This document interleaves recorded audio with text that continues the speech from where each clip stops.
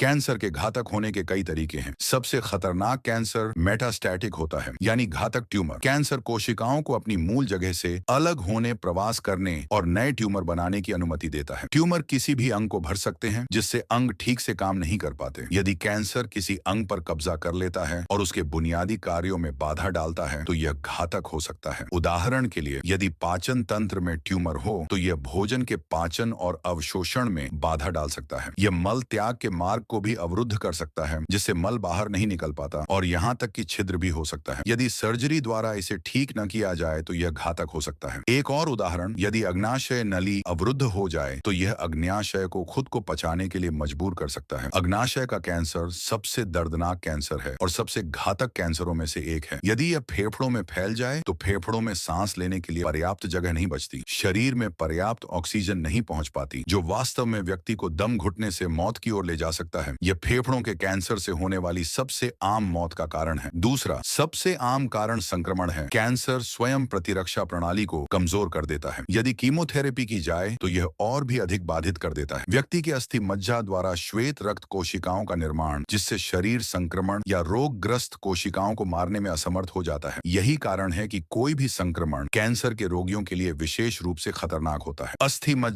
मज्जा के कार्य में क्षति की स्थिति न केवल कीमोथेरेपी से होती है, बल्कि कैंसर कोशिकाओं द्वारा अस्थि मज्जा में घुसपैठ के कारण भी हो सकती है। जब ट्यूमर अस्थि मज्जा में बढ़ता है तो स्वस्थ अस्थि मज्जा धीरे धीरे कम हो जाती है और पर्याप्त रक्त कोशिकाएं उत्पन्न नहीं कर पाती। इसके कई प्रतिकूल परिणाम हो सकते हैं। सबसे पहले यह एनीमिया का कारण बनता है, जिससे पूरे शरीर में ऑक्सीजन ले जाने की क्षमता कम हो जाती है। शरीर में ऑक्सीजन की कमी हो जाती है। दूसरा, यह श्वेत रक्त कोशिकाओं को कम कर देता है। संक्रमण से लड़ने की क्षमता कम हो जाती है। बैक्टीरिया को नियंत्रित करना और मारना कठिन हो जाता है। तीसरा, प्लेटलेट्स में कमी शरीर के लिए रोकना मुश्किल हो जाता है। असामान्य रक्तस्राव, चूंकि ये महत्वपूर्ण अंग हैं, ये शरीर के मुख्य हिस्से हैं, इसलिए इनका ऑपरेशन करना आसान नहीं होता। भले ही अत्यधिक कुशल चिकित्सक ट्यूमर को हटा दें और अंगों को कोई नुकसान न पहुंचाएं, फिर भी ट्यूमर दोबारा बढ़ सकता है। जब तक शरीर में प्राथमिक ट्यूमर कोशिकाओं का थोड़ा सा भी अंश बचा रहता है, आपकी कमजोरी के समय यह किसी भी समय वापस आ सकता है। यही कारण है कि सर्जरी को अक्सर अन्य उपचारों के साथ जोड़ा जाता है, ताकि उपचार के प्रभाव को बढ़ाया जा सके। अंगों की विफलता के अलावा कैंसर के रोगी अक्सर काफी दुबले पतले हो जाते हैं, जिसे कैचेक्सिया कहा जाता है। यह ट्यूमर द्वारा छोड़े गए विषाक्त कारकों के कारण होता है, जो भूख को दबाते हैं और पाचन को प्रभावित करते हैं, जिससे वजन और मांसपेशियों का तेजी से नुकसान होता है। अनुमान है कि लगभग 50% कैंसर रोगियों में कैकेक्सिया होता है। इसे लगभग 30% कैंसर रोगियों की मृत्यु का सीधा कारण माना जाता है। यह हृदय गति रुकने या श्वसन विफलता जैसे शारीरिक कमजोरी से संबंधित है। गैस्ट्रोइंटेस्टाइनल ट्यूमर के रोगियों में कैकेक्सिया मृत्यु का 50% कारण हो सकता है। उन्नत अग्नाशय के कैंसर में यह अनुपात 80% तक हो सकता है। कई उपचार उपाय कैंसर को लंबे समय तक नियंत्रित कर सकते हैं, जिसे क्रोनिक रोग प्रबंधन कहा जाता है। लेकिन अगर ट्यूमर लगातार फैलता रहता है, यह अंततः शरीर की सहन शक्ति से बाहर हो जाएगा और अंतिम उपचार भी इसे रोक नहीं पाएगा। इस समय सच में वह पुरानी कहावत सही साबित होती है। असुविधा को अच्छी तरह नियंत्रित करें, खूब खाएं, खूब खेलें, खुश रहना सबसे महत्वपूर्ण है। यदि शरीर में तेज दर्द हो तो दर्द को कम करने के लिए कई दवाएं उपलब्ध हैं। ओपियोइड्स अक्सर दर्द से राहत दिलाने में चमत्कारिक प्रभाव डालते हैं। यह कई विशेषज्ञों की आम सहमति है और यह कुछ मामलों में जीवन को लंबा भी कर सकता है।